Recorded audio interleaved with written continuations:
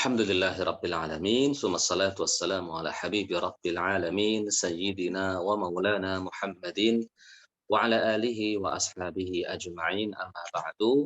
Ikhwatal iman yang dimuliakan Allah Subhanahu wa taala, kita masuk sekarang ke pembahasan tentang nafkah. Nafkah atau disebut dengan nafkah. Dalam bahasa fikih biasanya disebut dengan lafadz plural jamak nafaqat. Nafaqat itu jamak dari nafkah. Dalam bahasa nafaqah ma'khudatun minal infaq wa huwal ikhraj. Infaq artinya ikhraj, mengeluarkan secara bahasanya. Dan nafkah ini hanya dipakai untuk kebaikan. Nafkah, kalimat nafkah berarti hanya untuk kebaikan, tidak untuk yang sifatnya maksiat. Kemudian secara istilah maksudnya nafkah itu tutlaqu 'alal madil masrufi fi ma yahtajuhul insanu min ta'amin wa syarabin wa kiswatin wa maskanin wa ghairi. Jadi harta benda yang dibelanjakan untuk keperluan manusia. Keperluan ini berupa makanan, minuman, pakaian, tempat tinggal, dan lain-lainnya. Baik, kemudian dalil disyariatkannya nafkah. Dalil adanya nafkah dalam agama Islam ini sangat banyak. Ada Quran, Sunnah, dan Ijma'. Salah satu ayat Quran yang menyebutkannya adalah firman Allah Subhanahu wa taala dalam surat At-Talaq ayat yang ke-7. Liyunfiq dzu sa'atin min sa'atihi wa man qudira 'alaihi rizquhu falyunfiq mimma ataahu Allah. La yukallifullahu nafsan illa ma ataaha. Sayaj'alullahu ba'da 'usri yusra. Hendaklah orang-orang yang memiliki kelapangan memberikan nafkah sesuai dengan kelapangan yang diberikan kepadanya. Wa man qudira 'alaihi rizquhu falyunfiq mimma atahullah. Yang diberi rezeki tidak banyak, bukan kaya, tetap hendaklah mereka memberi rezeki sesuai kemampuannya. La yukallifullahu nafsan illa ma ataha. Allah tidak membebani seseorang, suatu jiwa, kecuali dengan yang dibisai semampunya. Saya ja'alullahu ba'da usri yusra. Allah akan menjadikan kemudahan setelah kesusahan. Ayat yang kedua adalah firman Allah Subhanahu wa taala dalam surat Al-Baqarah ayat 233, wa 'alal mauludi lahu rizquhunna wa kiswatuhunna bil ma'ruf. Dan bagi para suami wajib memberi nafkah, memberi rezeki kepada istri-istrinya, baik berupa makanan, pakaian bil ma'ruf, dengan standar kelayakan masyarakat sekitarnya. Itu ayat Al-Qur'annya. Masih banyak lagi ayat-ayat Al-Qur'an yang bisa dipakai dalil mewajibkan nafkah. Yang kedua adalah dalil dari sunnah Rasulullah Shallallahu Alaihi Wasallam dalam hadis Jabir. Seorang laki-laki datang kepada baginda Nabi. Laki-laki ini dari Bani Udhrah. Beliau mengatakan kepada laki-laki ini, ibda binafsika fatasaddaq 'alaiha. Mulailah dari dirimu sendiri. Mulai dari dirimu sendiri. Fa in fadala syai'un fali ahlika. Kalau lebih maka untuk keluargamu, untuk istri maksudnya. Fa in fadala an ahlika syai'un falidhi qarabatik. Kalau lebih untuk diri sendiri lebih, dan untuk istri kalau masih lebih lagi maka untuk kerabatmu, untuk anak-anak. Kemudian fa in fadala 'an di qarabatika syai'un fahakadza yaqulu fabayna yadayka wa 'an yaminika wa 'an shimalik. Hadis Bukhari dan Muslim. Kalau masih lebih lagi untuk kerabatmu maka ke kanan dan ke kiri. Abu Hurairah juga meriwayatkan bahwasanya seseorang laki-laki datang menemui baginda Nabi Shallallahu Alaihi Wasallam. Dia mengatakan, ya Rasulullah, aku punya 1 dinar. Rasul bersabda, anfikhu ala nafsik, nafkahkan untuk dirimu sendiri. Qal ma'i akhar, masih ada yang lain ya Rasulullah, anfikhu ala waladik, nafkahkan untuk anakmu. Qal ma'i akhar, anfikhu ala ahlik, masih ada yang lain ya Rasulullah, ya udah untuk istrimu. Masih ada yang lain ya Rasulullah, untuk pembantumu. Masih ada yang lain ya Rasulullah, engkau lebih tahu untuk apa itu. Dan hadis-hadis lain yang jumlahnya sangat-sangat banyak. Kemudian berdasarkan teks-teks Al-Quran dan hadis ini, para ulama seluruhnya ijma' dari zaman sahabat sallallahu radhiyallahu anhum sampai sekarang bahwa nafkah dianjurkan, diperintahkan oleh Allah Subhanahu wa taala. Kemudian pembagian nafkah terbagi menjadi dua, nafkah untuk diri sendiri dan nafkah untuk orang lain, pihak lain. Kemudian sebab-sebab nafkah ada dua. Yang pertama karena pernikahan, yang kedua karena kekerabatan. Nah, pernikahan ini mujma'un 'alaiha. Sedangkan kekerabatan ini yang disepakati nggak banyak ya, yang disepakati untuk anak, ini wajib untuk ke bawah. Kemudian ulama Syafi'iyah menambahkan ke atas. Jadi menurut ulama Syafi'iyah, kekerabatan ini yang wajib kita nafkahi adalah anak ke bawah, anak cucu ke bawah. Kemudian usul itu berarti bapak, emak, kakek. Mau kakek dari bapak atau kakek dari emak, itu hukumnya sama. Usul dan furu' menurut ulama Syafi'iyah. Kemudian ulama Hanafiyah nambahi saudara-saudara, paman dan semuanya itu masuk. Kemudian ulama Hanabil nambahi lagi lebih luas, seingat saya yang paling luas dalam mewajibkan nafkah adalah madhab Hambali. Baik, kemudian kita mulai urutan-urutannya. Menurut ulama Syafi'iyah, urutan nafkah itu yang paling diutamakan adalah untuk diri sendiri, setelah untuk diri sendiri baru kepada istri, setelah pada istri baru kepada anak, dari anak baru kepada orang tua. Kita mulai dari urutan yang paling urgen, yaitu an-nafaqatu 'ala nafsi, nafkah untuk diri sendiri. Nafkah untuk diri sendiri ini wajib. Jadi seseorang tidak boleh mencelakakan diri sendiri. Ya harus makan, ya harus minum, ya harus bergerak, ya harus mengusahakan sehat. Tubuh ini juga harus diberi baju, ya harus. Terus ya dibeli celana, kalau di sana pakai top dan sebagainya lah. Kalau perempuan ya diberi bajunya. Ini untuk diri sendiri. Hadisnya tadi Bukhari Muslim dari Jabir yang sudah saya sebutkan. Nah, kemudian nafkah untuk diri sendiri ini wajib dari harta kita sendiri. Wajib dari diri kita sendiri. Ya, kecuali orang-orang yang masih mendapat nafkah dari pihak lain. Seperti istri nanti dapat nafkah dari suami. Ya, berarti untuk dirinya sendiri mengambil duit dari suaminya. Anak-anak menafkahi dirinya sendiri dari mana? Ngambil dari nafkah dari orang tuanya. Ngambil duit, ngambil makanan, keperluannya dari orang tuanya. Jadi kecukupannya apa? Dilihat kebutuhan kita itu terbagi menjadi tiga. Yang pertama adalah daruriyat, yang kedua adalah hajiat, yang ketiga tahsiniyat. Saya ulangi, yang pertama daruriyat, ini kebutuhan pokok, sandang, pangan, papan yang sifatnya pokok. Nah, sekarang bisa dimasukkan sekarang ini pendidikan, ilmu, pengetahuan, masuk juga dalam hal pokok itu sandang, pangan, pokok, papan dan ilmu pengetahuan. Nah, ini ya namanya daruriyat, ya harus dicukupi sebisanya sesuai kemampuan kita.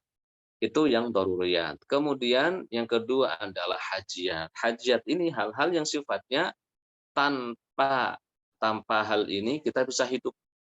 Cuma biasanya kurang maksimal. Contohnya hidup di perkotaan, tidak punya sepeda motor. Bingung, bingung. Mau ke warung sebentar harus naik Gojek, naik angkot dan sebagainya. Akan menyusahkan diri sendiri. Maka motor itu maksudnya sekarang adalah hajiat kebutuhan. Terus kemudian rumah ya, memiliki rumah. Kalau Anda tempat tinggal itu apa namanya, doruriyat, nggak harus punya, doruriyat, bisa ngontrak, bisa minjem, bisa apa, dipersilahkan saja dan sebagainya. Itu doruriyat, tapi memiliki rumah itu sekarang kebutuhan hajat, karena tidak nyaman rasanya kalau hidup setiap bulan kontrak lagi, atau bayar per tahunnya kontrak, kan kontrakan terus. Jadi sekarang menjadi sebuah kebutuhan, rumah menjadi sebuah kebutuhan. Jika lebih dari itu, rumah maunya yang mewah, kendaraan, kalau motor gitu bisa disebut hajiat, pengennya mobil. Mobil ya jadinya itu sudah tahsiniyat, kebutuhan yang mewah. Kecuali memang kerjanya jauh. Motoran juga mungkin malah akan capek sendiri, mungkin tidak akan kuat, bisa malah menjadi sakit, tidak bisa maksimal dalam bekerja, itu juga bisa disebut sebagai hajiat. Nah, disinilah kita pinter-pinter saja ya, pinter-pinter saja dalam memenuhi kebutuhan kita. Ya minimal yang daruriyat harus kita penuhi, setelah itu silahkan mikir hajiat, jangan langsung buru-buru mikir ke tahsiniyat. Tiga jenis kebutuhan yang disebutkan oleh para ulama. Nah, untuk diri sendiri juga, untuk laki-laki, perhatikan Rasulullah Shallallahu Alaihi Wasallam pernah ada seorang sahabat datang, rambutnya acak-acakan, awut-awutan. Oleh baginda Nabi dianjurkan, apa kamu tidak punya duit untuk membeli minyak rambut? Ada seorang sahabat yang datang dari jauh, mandi dulu, rapi dulu, Rasul puji dia, Allah senang sifatmu ini, tidak tergesa-gesa, santai gitu. Senang baginda Nabi Shallallahu Alaihi Wasallam. Rasul juga menganjurkan kita untuk memuliakan rambut. Siapapun yang punya rambut hendaklah dia memuliakannya. Memuliakannya dicuci dengan sampo dan sebagainya. Rasul juga menganjurkan untuk merapikan diri, kumis dan sebagainya. Sahabat juga ini janggutnya juga dipegang oleh para sahabat, kemudian dirapikan. Rambut juga perlu dirapikan, baju juga yang rapi, nggak harus mewah, itu harus diperhatikan sebagai seorang muslim dan muslimah. Kemudian yang kedua nafkah untuk istri. Jadi urutan pertama yang paling didahulukan adalah nafkah untuk diri sendiri. Yang kedua, nafkah untuk istri. Nafkah untuk istri ini juga wajib bil ijma, wajib menurut ijma seluruh ulama. Dalilnya Al-Qur'an dan Sunnah ya. Al-Qur'annya surat An-Nisa ayat 34. Ar-rijalu qawwamuna 'alan nisa'i bima faddala Allahu ba'dahum 'ala ba'din wa bima anfaqu min amwalihim. Laki-laki itu menjadi pemimpin bagi istrinya dengan karunia yang Allah berikan atas mereka satu sama lain, dan karena mereka memberi nafkah. Jadi yang memberi nafkah adalah laki-laki yang wajib menjadi pencukup, yang wajib membanting tulang, memeras rezeki, keluar pagi, pulang malam, ya panas-panasan, dingin-dinginan di luar adalah laki-laki. Dan ayat-ayat yang lain, Rasul juga Allah Subhanahu wa taala juga firmankan, وعلى المولود له رزقهن وكسوتهن بالمعروف. Seorang suami wajib memberi nafkah kepada istrinya. Hadis sabda baginda Nabi Shallallahu Alaihi Wasallam dalam hadis Haji Wada yang sangat panjang, riwayat Imam Muslim, Abu Dawud, Ahmad, Tirmidzi, Ibnu Majah dan lain-lain, disebutkan Rasul bersabda, fattaqullaha fin nisa, takutlah pada Allah, bertakwalah pada Allah terkait hak-hak perempuan. Fa innakum akhadtumuhunna bi amanatillah. Kalian mengambil perempuan itu dari tangan keluarganya dengan ya amanah dari Allah. Wastahlaltum furujahunna bi kalimatillah. Kalian menghalalkan kemaluan mereka dengan kalimat Allah. Walakum alaihinna an la yuta'na furushakum ahadan takrahunah. Hak kalian adalah mereka tidak boleh masukkan laki-laki atau orang lain ke rumah-rumah kalian yang tidak kalian sukai. Fa in fa'alna dzalika fadribuhunna darban ghaira mubrah. Kalau mereka melakukan itu, maka pukullah mereka dengan pukulan yang tidak melukai, tidak mencederai. Walahunna 'alaikum rizquhunna wa kiswatuhunna fil ma'ruf. Dan mereka berhak mendapat rezeki dari kalian, juga pakaian dari kalian bil ma'ruf, sesuai dengan kemampuan kalian masing-masing.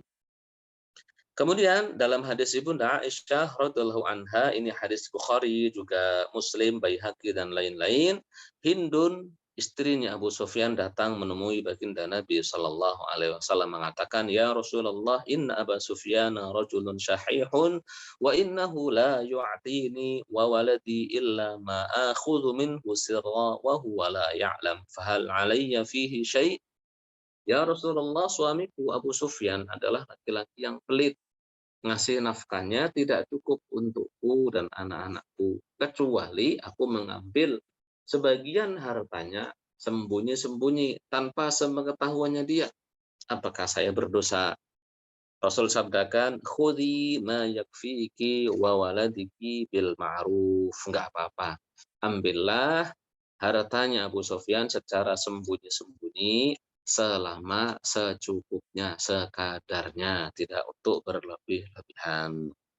Taib. Kemudian seluruh ulama ijma bahwa laki-laki wajib memberi nafkah kecukupan hidup kepada istrinya sesuai kemampuan masing-masing. Baik, apa hikmah diwajibkan nafkah? Nafkah dari suami kepada istri, apa hikmahnya? Ya, karena memang kehidupan kita dalam berkeluarga dibangun atas dasar mencari nafkah duit, juga pemeliharaan rumah. Jika istri disibukkan untuk mencari duit di luar, maka yang di rumah akan terbengkalai. Anak-anak mungkin tidak ada yang mengawasi, rumah juga tidak rapi, di rumah terabaikan. Ini berbeda dengan laki-laki yang mencari di luar, fokus mencari duit untuk kehidupan, sedangkan istri fokus ngurusi rumah. Dengan ini insya Allah keluarga akan berjalan seimbang. Mau punya anak berapa, oleh Allah Subhanahu wa Ta'ala, insya Allah dicukupi semuanya, berjalan bareng-bareng. Baik, kemudian menurut ulama Syafi'iyah, perempuan berhak mendapat nafkah dengan dua syarat, atau seorang suami wajib memberikan nafkah kepada istrinya dengan dua syarat. Yang pertama adalah tamkin. Tamkin itu maksudnya memasrahkan dirinya bulet-bulet utuh. Untuk apa? Ya untuk diajak berhubungan, untuk diajak campur, tidur bareng, itu maksudnya. Sebab ya itu yang dicari dalam tujuan pernikahan adalah agar bisa menyalurkan naluri fitrahnya. Karenanya kalau kalau sekedar nikah belum campur, belum kumpul, nah perempuan ini belum menyerahkan dirinya untuk diajak hidup bareng gitu, untuk tidur bareng, belum mau, belum bisa, tidak wajib diberi nafkah. Perempuan juga tidak berhak mendapat nafkah. Dalilnya apa? Dalam hadis Bukhari Muslim dan yang lain-lain dari ceritanya Ibunda Aisyah, bahwasanya Ibunda Aisyah dinikahi baginda Nabi Shallallahu Alaihi Wasallam usianya 6 tahunan. Nah itu belum diberi nafkah. Ibunda Aisyah juga enggak meminta, Rasul juga tidak ngirim nafkah kepada Ibunda Aisyah. Beliau masih ikut makan, hidup dengan keluarganya, dengan bapaknya, yaitu Sayyidina Abi Bakrin As-Siddiq. Seandainya hal itu wajib, pastilah Rasulullah Shallallahu Alaihi Wasallam akan mengutus nafkah, mengirim nafkahnya untuk istrinya, meskipun belum dicampuri, dan ternyata tidak. Nah, kapan mulai diberi nafkah? Setelah baginda Nabi Shallallahu Alaihi Wasallam hidup bareng campur dengan Ibunda Aisyah saat beliau sudah usia 9 tahun. Disinilah para ulama menyimpulkan bahwa syarat utama perempuan berhak mendapat nafkah adalah kalau sudah menyerahkan dirinya secara 100%. Seperti itu. Nah, kemudian yang kedua ya ini sebelum kedua juga perlu diperhatikan, ini ya selama menyerahkan diri kepada suami, diajak berhubungan yang sifatnya halal. Kalau diajak berhubungan yang sifatnya haram, ya istri wajib menolak dan tetap berhak mendapat nafkah. Contohnya dari jalan bagian belakang, atau contohnya saat lagi haid dan sebagainya lah. Nah itu yang salah suami, maka tidak menggugurkan nafkah. Kemudian yang kedua adalah al-ittiba. Al-ittiba, mengikut suami. Maksudnya ngikut di sini adalah ya istri ikut kemana suaminya pergi, gimana tempat tinggalnya. Kalau di Indonesia ya di Indonesia, kalau di Saudi ya di Saudi, kalau di mana mungkin di Australia ya di Australia, mungkin ada di UK ya di UK, ngikut kemana suami pergi. Kalaupun tidak ngikut kemana suami pergi, siap ngikut. Ada kondisi di mana suami memang minta kepada istri jangan ikut dulu karena kondisinya belum memungkinkan. Nah, selama memang istrinya sudah siap ikut, tetap wajib dapat hak nafkah. Meskipun tidak ikut secara fisik dengan suami. Ya, namanya kerja di Saudi, kadang di awal-awal kerja selama berapa bulan belum bisa bawa istri, tapi istri sudah siap-siap, siap diajak, siap. Nah ini meskipun tidak serumah bareng, tidak ikut ke Saudi, tetap berhak mendapatkan nafkahnya seperti itu. Karena mengapa? Karena hukum asalnya istrinya sudah siap. Nah, di sini seandainya ada perempuan diajak suaminya gitu, diajak suaminya untuk pindah mungkin kemana ke luar pulau-pulau lain gitu, dari Sumatera mungkin ke Jawa, dari Jawa ke Kalimantan, dari Kalimantan ke mana, ke Sulawesi, dari Indonesia ke Riyadh dan sebagainya. Kok tidak mau? Padahal suaminya juga menyediakan tempat yang layak sesuai standar dia, penghidupan yang layak dengan standar suaminya tadi itu, maka si suami boleh tidak memberikan nafkah kepada istrinya. Kenapa? Karena memang si istrinya tidak mengikut suami. Baik, itu syaratnya dua ya. Saya ulangi, yang pertama adalah at-tamkin, menyerahkan dirinya, bisa untuk diajak bersenang-senang, diajak untuk campur. Yang kedua, mau ikut suami kemanapun perginya selama tidak membahayakan, selama layak untuk ditinggali tempat yang diajak suami tadi. Kemudian berapa nafkah yang diwajibkan syariat Islam kepada suami untuk istrinya? Nah, ulama Syafi'iyah ini kalau mazhab yang dulu, mazhab yang qadim itu sesuai dengan kecukupan saja. Nggak perlu diberi batasan-batasan. Nah, mazhab yang jadid itu menggunakan istihsan. Istihsan dalam mazhab Syafi'i sebenarnya nggak begitu dipakai. Bahkan awalnya ini ditentang sebenarnya. Tapi kemudian dipakai juga. Istihsan itu ya kira-kira, diperkirakan, nggak ada dalilnya. Kata ulama Syafi'iyah, kondisi laki-laki, kondisi suami itu ada kalanya kaya, ada kalanya kelas menengah, ada kalanya kelas rendah bawah. Kalau kelasnya kelas atas ya, kalau kelas atas ya 2 mood, 2 mood 1 hari, 1 hari 2 mood. Kalau kelasnya menengah 1,5. Kalau kelasnya miskin ya 1 mood untuk istri, untuk anaknya juga beda tentunya kan di sini. Tapi wallahu a'lam bishawab, pendapat yang qadim itu sesuai dengan kebutuhan ya, sesuai dengan kebutuhan. Kalau 2 mood itu, 1 mood kan 600 gram, berarti 1 kilo. Habis enggak itu, cukup enggak dimakan, ya mungkin kalau orang-orang Damam makannya banyak-banyak gitu ya, atau baskom juga kurang, ya kurang gitu. Kalau sekilo ya nggak tahu, tapi kalau orang Indonesia sini makannya dikit-dikit biasanya, cukup-cukup saja insyaallah. Jadi kalau miskin 1 mood 600 gram, itu berasnya maksudnya. Yang menengah 1,5 mood, ya 1 kilo lah. Terus kemudian untuk yang kaya itu 2 mud, yaitu kurang lebih berapa, 1,2 atau 1,3 kilo sehari. Baik, ya wallahu a'lam bishawab, ini takdir ya, perkiraan pemberiannya.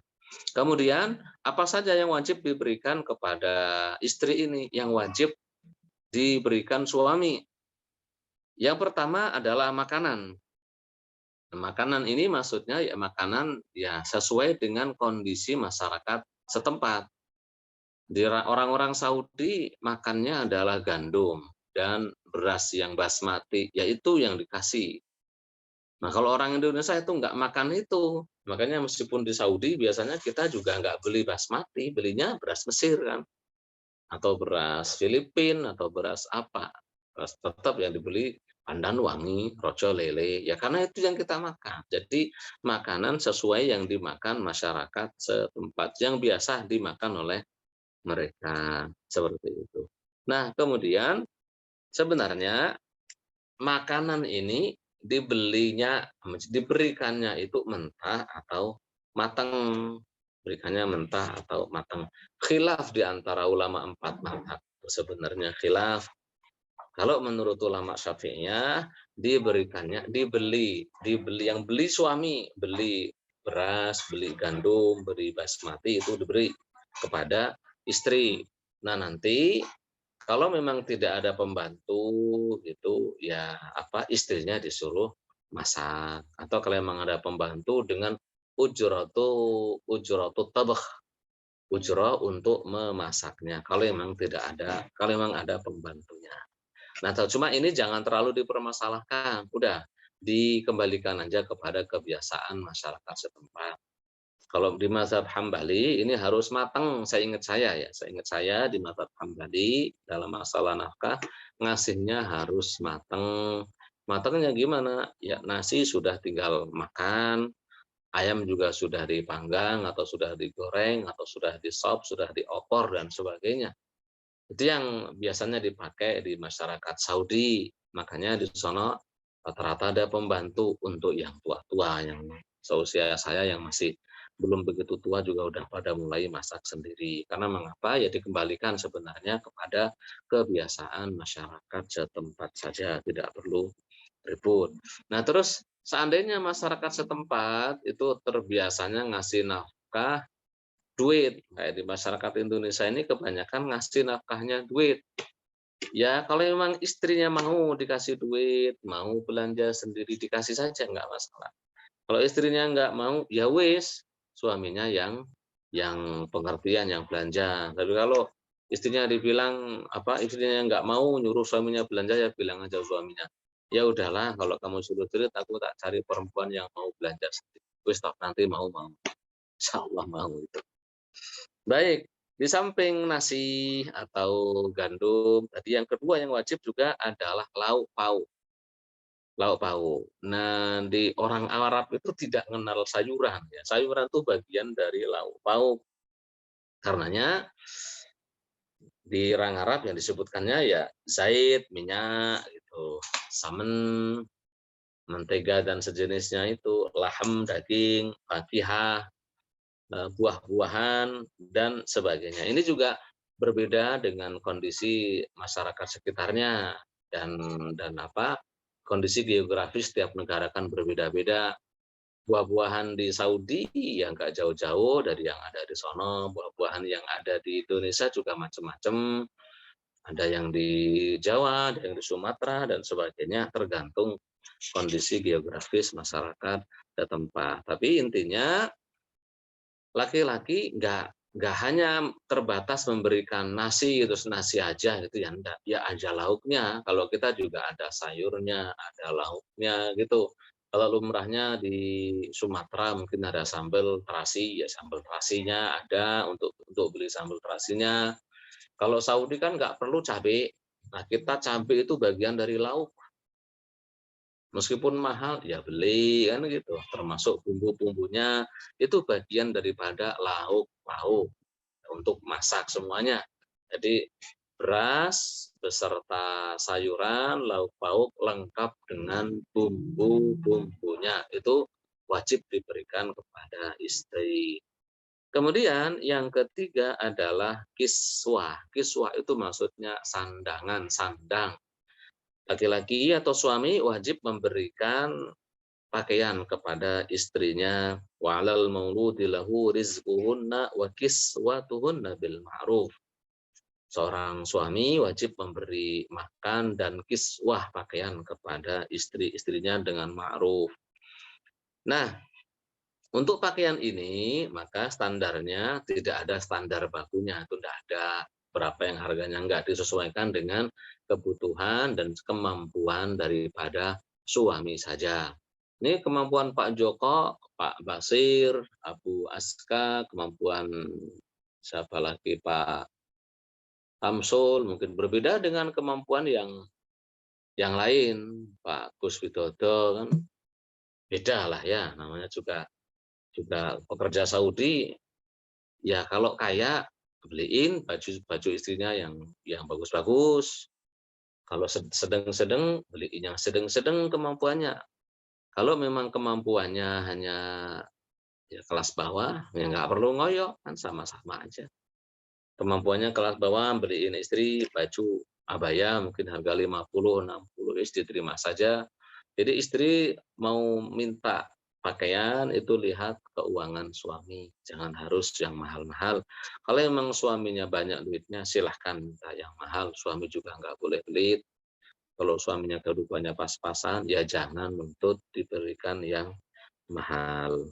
Rasul Shallallahu Alaihi Wasallam dalam hadis Muawiyah al-Qushairi radhiyallahu anhu qal ataitun Nabi sallallahu alaihi wasallam faqultu ma taqulu fi nisa'ina ya Rasulullah, apa yang engkau nasihatkan untuk kami terhadap istri-istri kami, bagaimana perlakuan kami? Rasul bersabda, at'imuhunna mimma ta'kulun waksuhunna mimma taktasun wala tadribuhunna wala tuqabbihuhunna. Hadis riwayat Abu Dawud, Ahmad dan lain-lain.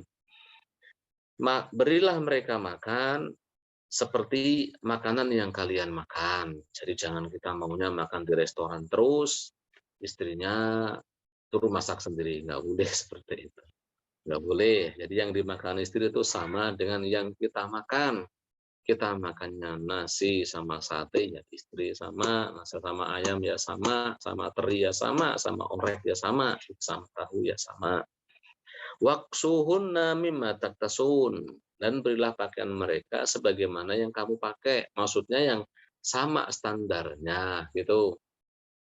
Kalau yang pakai suaminya ya 200-an ribu, istri ya 200-an lebih, malah biasanya lebih ya.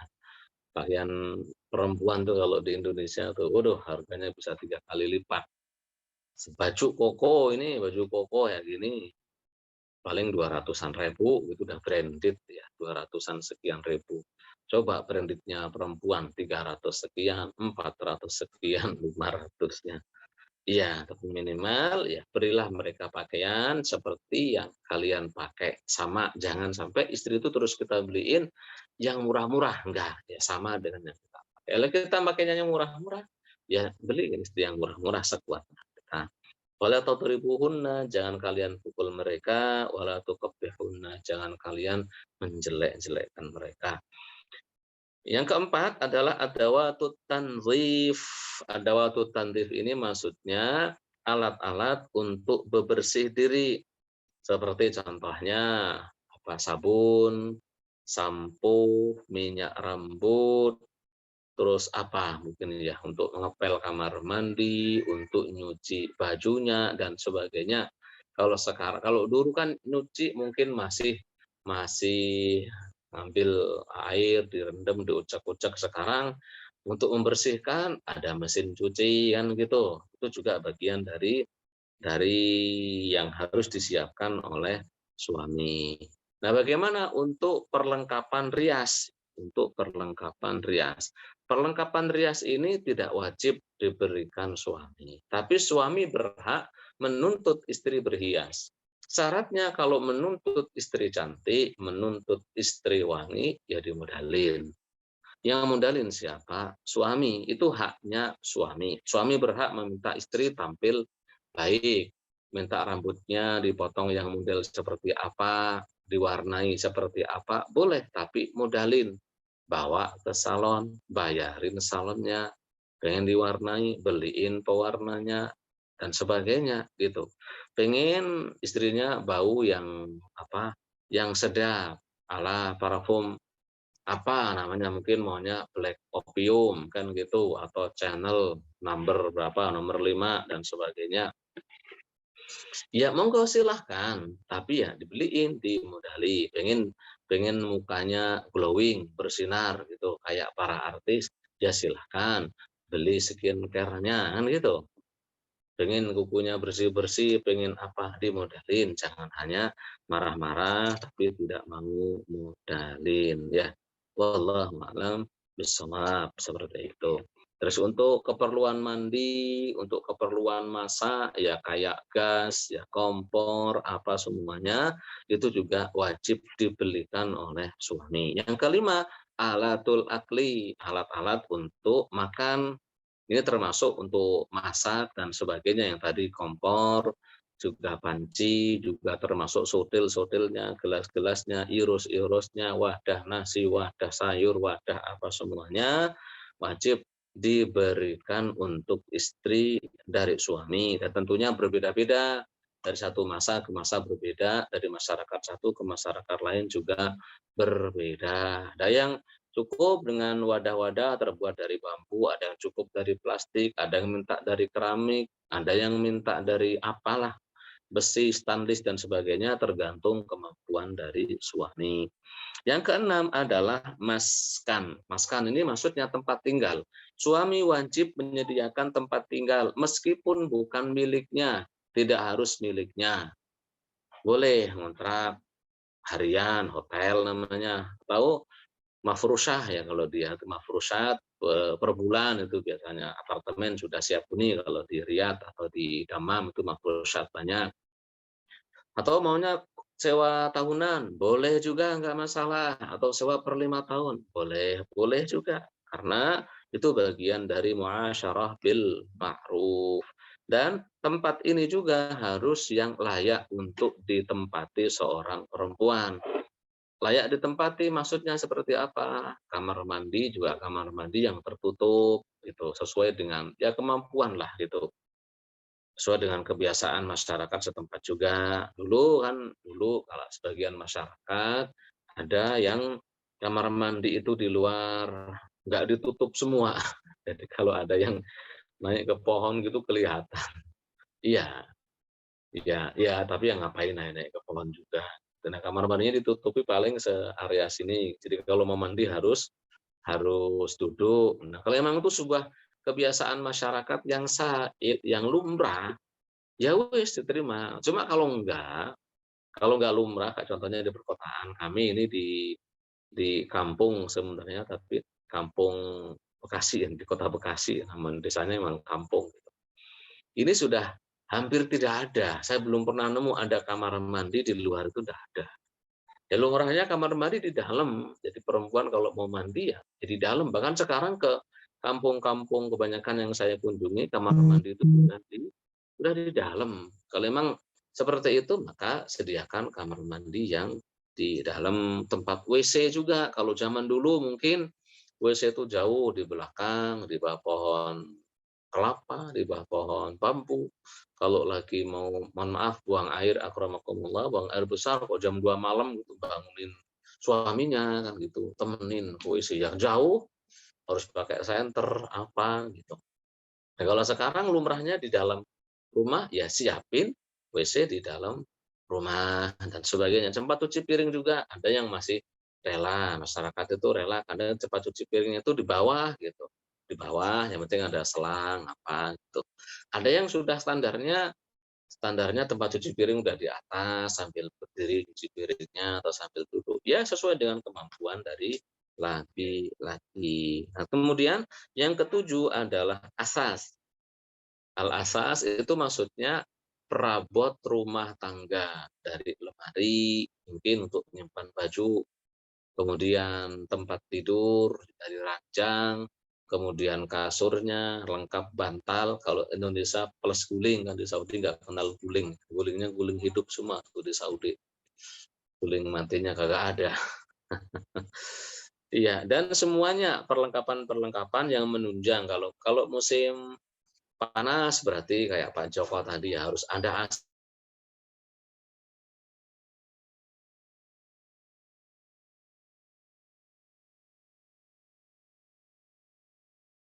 AC-nya, ya ada AC-nya, ada selimutnya, gitu. Musim dingin nanti bertambah, ada jaketnya, ada kaos kaki yang tebel-tebel, ada kaos tangan yang tebel-tebel, mungkin ada apa namanya yang digantungin di leher itu, apa namanya itu, dan semuanya lah, peci yang untuk nutupin telinga itu, ya itu bagian dari apa perlengkapan rumah yang harus disediakan oleh suami bagi istri dan anak-anaknya. Nah, kemudian yang selanjutnya adalah khodimah. Khodimah itu maksudnya jika memang kita ini laki-laki memperistri perempuan yang dia biasa nggak masak, nggak bisa masak, nggak bisa nyuci baju, nggak bisa nyetrika, nggak bisa nyebokin anaknya, bahkan mungkin nggak bisa mandi sendiri, harus dimandiin. Anak raja Arab mungkin ya, anak amir Arab gitu. Saya dicerita, ya ada yang cerita itu, ya teman-teman teman-teman aku, cerita orang-orang teman-teman yang kerja di amir-amir, katanya sampai mandi pun dimandiin, nyukur bulu kemaluan juga dicukurin, katanya kita bilang, "Kok ya kebangetan." Tapi ya namanya itulah kehidupan. Kalau memang kita nikah dengan perempuan yang tidak bisa masak, tidak bisa mencuci, wala nyetrika, wala nyapu, apalagi ngepel, apalagi apa bakarin sampah dan sebagainya, karena memang anaknya amir, anaknya konglomerat, anaknya orang kaya, ya kita harus menyediakan itu. Kita sudah berani ngambil dia, berarti berani mencukupi dia, gitu. Dia nggak bisa masak, bisanya ada pembantu yang masakin, cariin pembantu, nggak bisa nyuci, adanya dia di rumahnya ada orang yang nyuciin, ada orang yang nyetrikain, orang yang ngepel, orang yang bahkan masak. Ya itu kewajibannya. Makanya jangan jangan terlalu apa mau dibohongin sama film-film India gitu ya, orang kere nikah sama konglomerat itu malah repot itu kalau jadi beneran. Itu jadi wajib menyediakan pembantu kalau memang menikah dengan seorang perempuan yang dalam kesehariannya dia tidak bisa masak karena disediakan oleh pembantu, nggak bisa nyuci dan sebagainya. Itu hal-hal yang kurang lebih beberapa tadi, Cuk? 9 kriteria perincian nafkah yang wajib diberi suami untuk istri-istrinya. Kemudian selanjutnya pembahasan i'saruz zauji bin nafaqah. Jadi ini pembahasan tentang suami yang tiba-tiba kesulitan memberi nafkah.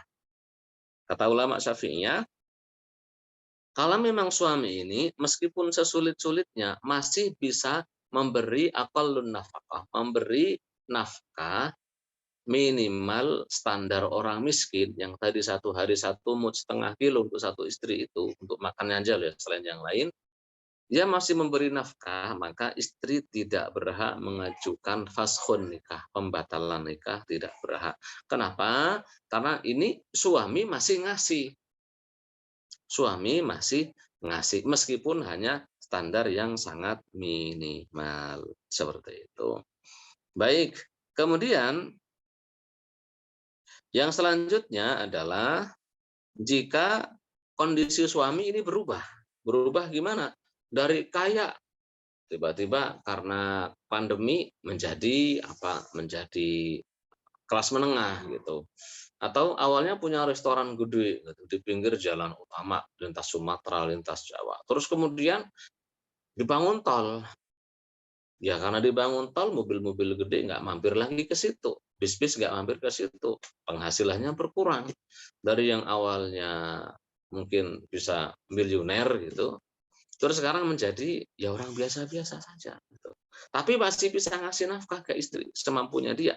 Dalam kondisi seperti ini, istri juga tidak berhak mengajukan pembatalan nikah. Kenapa? Karena perubahan status sosial dan ekonomi Itu memang sudah lumrahnya kehidupan manusia, lumrah. Wa tilkal ayyamu nudawiluha bainan nas, dan hari-hari kejayaan, kesuksesan kami pergilirkan di antara manusia. Namanya duit itu kadang ya datang, kadang ya pergi, kadang ada, kadang ya kurang. Nah, seperti itu. Jadi tidak boleh minta cerai atau minta fasakh nikah, pembatalan nikah hanya gara-gara istri suami mungkin lagi usahanya kurang jalan, dibangkrut dan sebagainya. Taib kemudian kalau seandainya nih suami sudah tidak bisa memberi nafkah, suami sudah tidak bisa memberi nafkah, bukan hanya turun standarnya, nggak bisa memberi nafkah, maka perempuan boleh bersabar, boleh cari makan bareng-bareng dengan suaminya. Bahkan kalau memang dia kaya, boleh dia memberi nafkah untuk dirinya sendiri dan ngasih makan juga suaminya, itu akan mendapat pahala. Atau kalau dia mau ngutang, ngutang nanti kalau suaminya sudah kaya, bakal dibayar oleh suaminya, boleh boleh seperti itu. Atau kalau memang perempuannya pengen mengajukan pembatalan nikah, maka boleh, ya.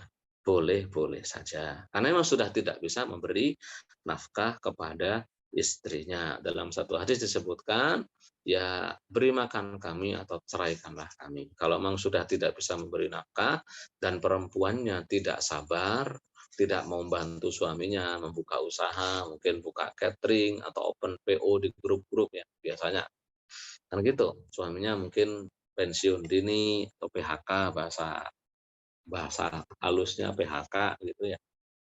Ya terpaksa ikut bantulah jual-jualan online, jadi reseller, jadi dropshipper, apa semuanya. Ya kalau nggak mau sabar, boleh minta cerai, boleh kalau boleh. Tapi anjurannya kata para ulama, dianjurkan untuk sabar. Namanya hidup toh seperti itu. Orang-orang yang lebih mulia daripada kita, orang yang pasti masuk surga, wanita-wanita paling agung, itu juga sabar.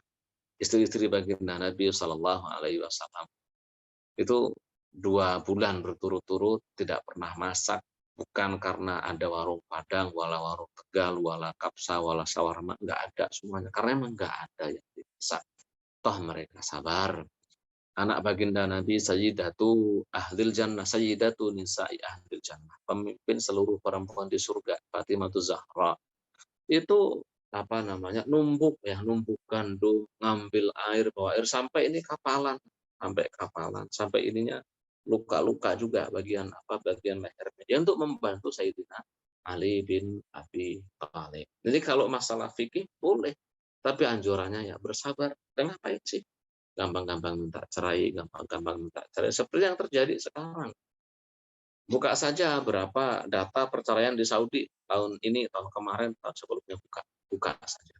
Secara real banyak sekali data perceraian. Salah satu alasannya ya masalah nafkah. Kalau cuma berkurang statusnya, nggak mau sabar, langsung minta fasakh nikah dan sebagainya. Jadi sebaiknya bersabar. Kemudian yang keempat, yang selanjutnya, bagaimana kalau suami ini sebenarnya ada duitnya nih suami, tapi nggak mau ngasih nafkah. Apakah berhak mengajukan pembatalan nikah? Gitu. Enggak. Karena mengapa? Karena istri masih bisa menggugat ke hakim. Jadi nggak ujuk-ujuk mengajukan pembatalan nikah. Dia masih bisa ngambil nafkahnya melalui paksaan dari hakim. Tapi sepertinya yang saya pahami, mungkin pemerintah kita Indonesia itu tidak ingin menyulitkan perempuan. Apalagi mungkin mungkin kebanyakan laki-laki di kita itu ya kadang sekarang PDW nggak mau bertanggung jawab. Akhirnya pas nikah itu dibuat siwah taklik. Kita suruh tanda tangan, baca di depan saksi, kalau sampai selama sekian bulan tidak memberi nafkah pada istri, maka istri mengajukan gugatan ke pengadilan. Pengadilan boleh memutus talak satu hanya dengan bayar berapa ribu, 10.000 atau tidak. Itu antisipasi biar suami tidak macam-macam, ya namanya berani nikah, ya berani memberi nafkah semampunya. Seperti itu. Baik. Kemudian kalau suami itu nggak punya saldo, nggak punya kas, nggak punya tabungan, nggak punya deposit, Pola rekening nggak seperti Pak Joko, Pak Bu Aska, orang kaya-kaya.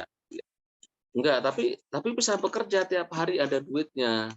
Tiap hari dapat mungkin berapa kalau di sono 100 real atau 50 real. Apakah istri berhak mengajukan fasakh nikah? Enggak. Ya kan karena bisa dikasih nafkah tiap hari. Nah, nyambil nafkah itu enggak harus tiap hari, bisa langsung seminggu, bisa sebulan tergantung kondisi istri, bisa enggak membelanjakan duit. Ada tipe perempuan dikasih 10 juta seminggu habis, dikasih 1 juta cukup, ya udah kasih 1 juta aja. Ngapain capek-capek ngasih 10 juta kalau seminggu juga habis. Udah kalau sejuta juga cukup seminggu. Udah seminggu aja sejuta. Nanti minggu depannya kasih sejuta lagi, minggu depannya sejuta lagi gitu. Daripada kasih 4 juta, 10 juta kan habis, udah ada tipe perempuan seperti itu. Ada sebaliknya, ada perempuan yang pintar sekali mengelola keuangan, malah suaminya yang nggak bisa. Suaminya mau duit 100 juta sebulan juga habis, 10 juta juga cukup. Ya udah biar dipegang oleh istri. Monggo, silahkan masing-masing kan sesuai dengan kondisi kondisi masing-masing. Baik, terus kemudian seandainya ini perempuan mau yang sudah dinikahin, si suaminya nggak kuat bayar maharnya, jadi belum campur, giliran minta mana maharnya. Lumrahnya kalau orang Arab tuh kadang mahar belum dikasih.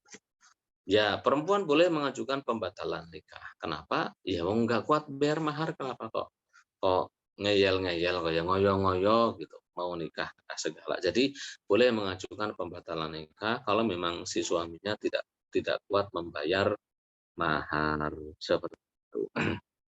Baik, terus kemudian yang selanjutnya yang perlu diperhatikan, dalam kasus pembatalan nikah, fasakh nikah ini, yatawaqqafu amruhu ila raf'il amri ilal qadhi. Harus diajukan dulu ke qadhi, ajukan dulu ke hakim. Di sini KUA.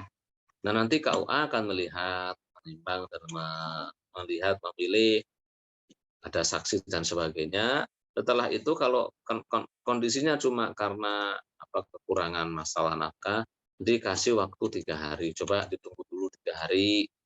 Kalau 3 hari nanti belum baik kondisinya, dia belum bisa ngutang untuk beri nafkah anak keluarganya dan sebagainya, maka nanti hakim boleh memfasakh. Nah, selama 3 hari ini perempuan boleh boleh keluar rumah tanpa izin suami. Ya karena mengapa? Ya kalau dia harus izin itu kalau suaminya ngasih nafkah. Kalau nggak ngasih nafkah, dan dalam kondisi hakim seperti ini, ya dia boleh keluar untuk mencari hidup, kan nggak dikasih duit untuk makan. Jadi boleh keluar, suami nggak mengizinkan, keluar aja, karena untuk mencari penghidupan. Ya. Terus kemudian yang selanjutnya adalah seandainya perempuan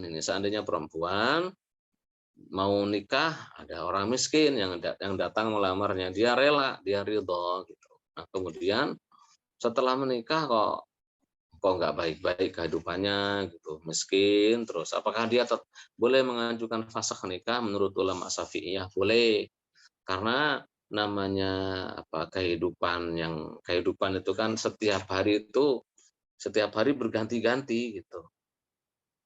Li'anna ad-darar yatajaddad kulla yaum, ya jadi bahayanya kemalangannya gitu ya. Penderitaannya itu setiap hari berubah-ubah, bertambah, bertambah, bertambah, terbaru besok menderita lagi, besok menderita lagi, besok menderita lagi. Itu jadi boleh mengajukan fasakh meskipun awalnya sudah ikhlas dinikahin oleh pemuda yang miskin, seperti itu. Wallahu a'lam bishawab, semoga bisa dipahami. Ini terkait bab nafkah kepada istri. Jadi baru nafkah untuk diri sendiri, nafkah untuk istri dengan segala pernak-perniknya. Sebelum ditutup, kalau mau ada yang ditanyakan, monggo Pak Joko, silahkan. Teman-teman yang lain, monggo. Jazakallah khairan ya Ustaz.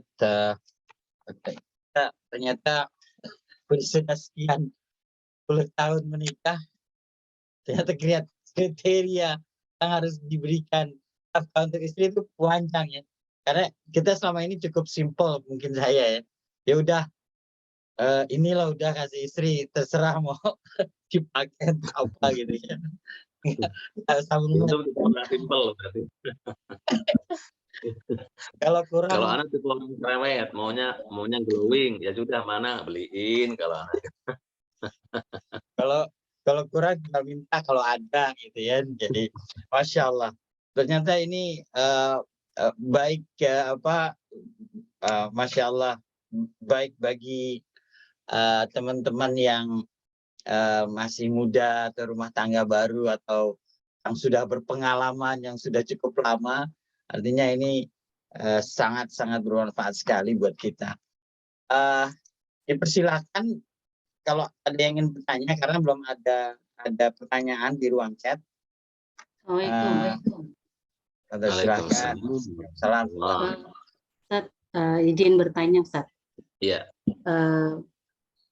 Berkaitan dengan nama nafkah isi sebenarnya ini alhamdulillah pencerahan karena memang di lapangan banyak ibu-ibu keluh kesahnya masalah nafkah. Karena rata-rata kan seringnya nafkah itu kaitannya dengan uang belanja.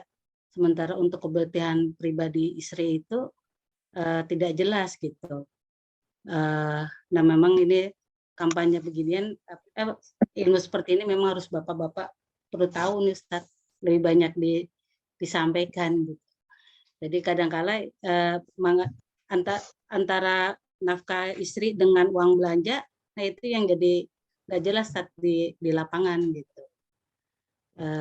Jazakallah tadi untuk masalah penjelasannya, dan mudah-mudahan sih bisa diaplikasikan karena memang sering ada dapat keluh kesah dari ibu-ibu ya berkaitan dengan saya uang belanja sementara misalkan untuk harus buat beli baju, untuk kalau misalkan aktivitas-aktivitas yang lain itu tidak tercover karena memang judulnya uang belanja kan untuk keluarga semuanya, sementara untuk kebutuhan istrinya sendiri itu bingung gitu, sementara mau minta kepada suami kadang-kala kan mungkin punya keterbatasan. Akhirnya kalau saya pribadi suka menyampaikan kalaupun uang belanja mungkin disampaikan aja minta izin untuk kebutuhan pribadi, misalkan untuk kalau namanya aktivitas ibu-ibu di sekolah mungkin nanti mau nengokin temennya yang lahiran atau yang ada yang sakit nengokin yang sakit atau untuk arisan, yang penting cukup aja gitu seperti itu. Iya. Kemudian yang kedua ini masih nyambung yang pekan kemarin Ustadz. Iya. Mungkin pernah kalau ada orang yang berzina itu emang benar Ustaz kalau dosanya kena 40 rumah depan belakang atau intinya mungkin satu kampung mungkin ya Ustaz. Allahu a'lam, saya belum tahu itu ya.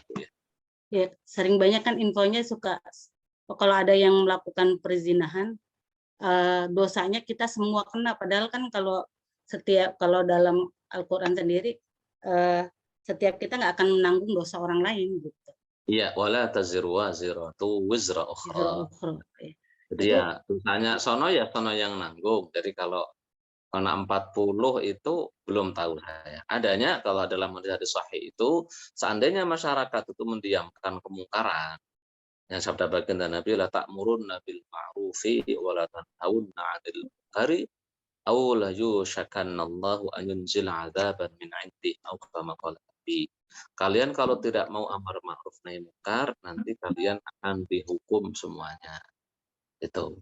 Kalau kita mengingkari, kita ngajak orang baik, ya selayaknya nggak dapat dosanya, kecuali yang mendukung perzinahan. Jadi, tapi kalau ada hadisnya, saya belum tahu itu Bu. Kalau kena kanan 40, kiri 40, depan 40, belakang 40, saya belum tahu. Itu sering dengar Ustaz kalau yang kita kena dosa nih kalau ada yang berzina di lingkungan kita gitu. Sampai ada tetangga misalkan kejadian kemudian dari ada yang berzina terus dia kena musibah, oh ini gara-gara ada yang berzina nih, jadi kita dapat musibah macam-macam gitu, sampai ada kepikiran gitu. Ya, ini kalau masalah gaib, jadi ya tawaqqafu 'ala subutil khabar. Gaib itu standarnya itu ceritanya hadis sahih atau bukan. Kalau memang bukan hadis sahih, cuma katanya. Kalau katanya itu ya semuanya bisa bilang katanya gitu. Nggak pernah dengar ya Ustaz ya? Saya belum pernah nemu tuh hadis. Oh gitu ya. Saya cuma memastikan ada nggak gitu sebenarnya apa hadis doif atau emang kata-katanya aja gitu. Saya belum pernah nemu ya. Belum pernah. Oh iya, sudah jazakallah. Ya itu tadi berkaitan dengan nafkah, Ustaz, gimana perbedaan antara nafkah istri berupa uang belanja atau memang harus dibedakan gitu? Dibedakan dengan apa itu maksud? Ya selama ini kan kalau di lapangan ibu-ibu itu ya dikasihnya uang belanja, bukan bukan untuk dia pribadi gitu. Oh iya, ya jadi gini, uang belanja itu kan untuk makan. Untuk makan kita, ya kalau saya ngasih uang belanja, ya untuk makan saya, istri, dan anak-anak itu uang belanja. Ya nanti Mhm. ada nafkah yang lain ini boleh dikasih duit, atau kalau emang istrinya mau beli baju, ayo dibeliin, kan nggak harus dikasih duit. Kalau istrinya mungkin mau apa, mau ke salon, ayo dianterin. Nah, seperti itu. Ya tergantung tergantung kesepakatan saja. Cuma yang jadi garis bawah bahwa nafkah itu bukan hanya uang belanja. Kalau uang belanja itu nafkah untuk makan. Ya, nafkah untuk makan. Tapi kalau menurut laki-laki, ini uang belanja maksudnya nggak hanya untuk makan, untuk semuanya. Nah, ya dilihat cukup atau tidak dari kebutuhannya. Kalau tidak cukup, ya berarti ya minta tambah lagi ke suaminya sesuai dengan kemampuan suaminya. Ya. Mmm. Jadi memang ada tipe suami itu yang menurut saya kurang pas. Kurang pasnya gimana? Dari anak satu sampai punya anak 4 maunya segini. Cukup, nggak cukup, pokoknya cukup. Ya nggak bisa seperti itu. Ya kecuali memang si laki-laki hanya segitu penghasilannya, it's okay. Ini kadang penghasilannya ada, lebih, banyak bahkan. Tapi maunya ya ke penghasilan 20 juta, pokoknya ini 5 juta cukup nggak cukup per bulan, ini. Ya kadang istri juga bingung, 5 juta untuk biaya sekolah, terus untuk belanja, untuk ini, untuk itu. Nanti kalau musim kondangan dari itu juga, ada belanja bensin dari itu juga, ya repot, pulsa dari itu juga. Ya nggak seperti itu belanja namanya belanja untuk kebutuhan makan biasanya. Kalau beli baju, ya lain lagi, untuk beli apa, beli perlengkapan untuk berdandan, ya lain lagi, kan. Ya semuanya dicukupi oleh suami, gitu. Tapi ya lagi-lagi ya ditekankan sesuai kemampuan masing-masing suami. Ya mungkin harus ada kejelasan ya Ustaz, istri untuk ini boleh nggak buat ini gitu ya? Iya, ini untuk apa? Maksudnya duit segini untuk makan apa untuk semua, kan gitu, tanya kalau jadi perempuan. Oh Mhm. ini untuk semua, dan dilihat semua cukup enggak gitu. Kalau nggak cukup, lah emang cukup segini, coba ayo mikir bareng gitu loh Bu, ayo mikir bareng. Nah ini segini untuk makan kita anak sekian, untuk biaya semua, untuk apa, ya nggak cukup. Nanti suaminya, "Oh ya sudah ditambahin." Biasanya sih kalau orang demam baik-baik insyaallah ya, akan ditambahin. Biaya sekolah sendiri, listrik biasanya sendiri, pulsa juga sendiri. Nah yang apa, belanja ya khusus untuk belanja. Itu sih yang kalau saya seperti itu Bu, nggak tahu kalau laki-laki demam gimana ya? Ya jazakallah Ustaz. Iya. Oh, Jadi ada karena waktu sudah hampir 5.30, sekiranya apakah ada pertanyaan yang lain dari Bapak-bapak nih, pemberi nafkah atau memang Bapak-bapaknya sudah tuh eh, kelihatan terkena bapak-bapaknya terkena mes nafkah kayaknya. iya, iya, kelihatannya bapak-bapaknya ngasih nafkahnya langsung apa, bulat gitu, Kena semes ini Bapak. gitu. Ya, Baik, ya. jadi sebagai penutup, jadi teman-teman semua kita sama-sama suami lah, sama-sama laki-laki ya. Ya intinya kita ini ketika jadi kita laki-laki diberi nikmat laki-laki ini oleh Allah Subhanahu wa taala punya punya tanggung jawab amanah yang besar. Jangan sampai penghasilan kita besar terus kemudian istri kita itu dan anak-anak terlalaikan, malah kita ngurusi diri sendiri. Kalau memang penghasilan kita besar, maka nafkahnya yang disesuaikan dengan penghasilan gitu. Jangan sampai membuat istri kita itu terus jadi stres, mikirin nafkah. Ya kalau nggak ada, ayo diajak sengsara bareng. Tapi kalau ada, ayo diajak bahagia bareng, gitu maksudnya ya. Nah, jangan sampai kejadian tadi itu. Ini harus segini, cukup nggak cukup, padahal ada duitnya. Ya jangan seperti itu. Itu berarti kita menzalimi perempuan. Waliyadzubillah ya. Subhanallah min dzalik. Semoga bermanfaat, kurang lebihnya mohon maaf. Insyaallah panjang umur, ketemu lagi di pertemuan yang akan datang. Wallahul muwaffiq ila aqwamit thoriq. Wal 'afwu minkum. Wassalamualaikum warahmatullahi wabarakatuh. Waalaikumsalam warahmatullahi wabarakatuh. Jazakallah khairan katsira kepada guru kita Ustaz Muhammad Nur Khazin. Semoga apa yang beliau sampaikan tentang perihal kewajiban menafkahi istri keluarga itu bisa menjadi bekal kembali buat kita untuk merefresh apakah kita sudah baik-baik menjadi seorang suami, seorang ayah, bapak dari anak-anak kita. Mudah-mudahan Allah mencukupkan rezeki kita untuk bisa memberikan nafkah kepada keluarga kita. Amin ya rabbal alamin. Untuk itu waktu sudah menunjukkan hampir 5.30.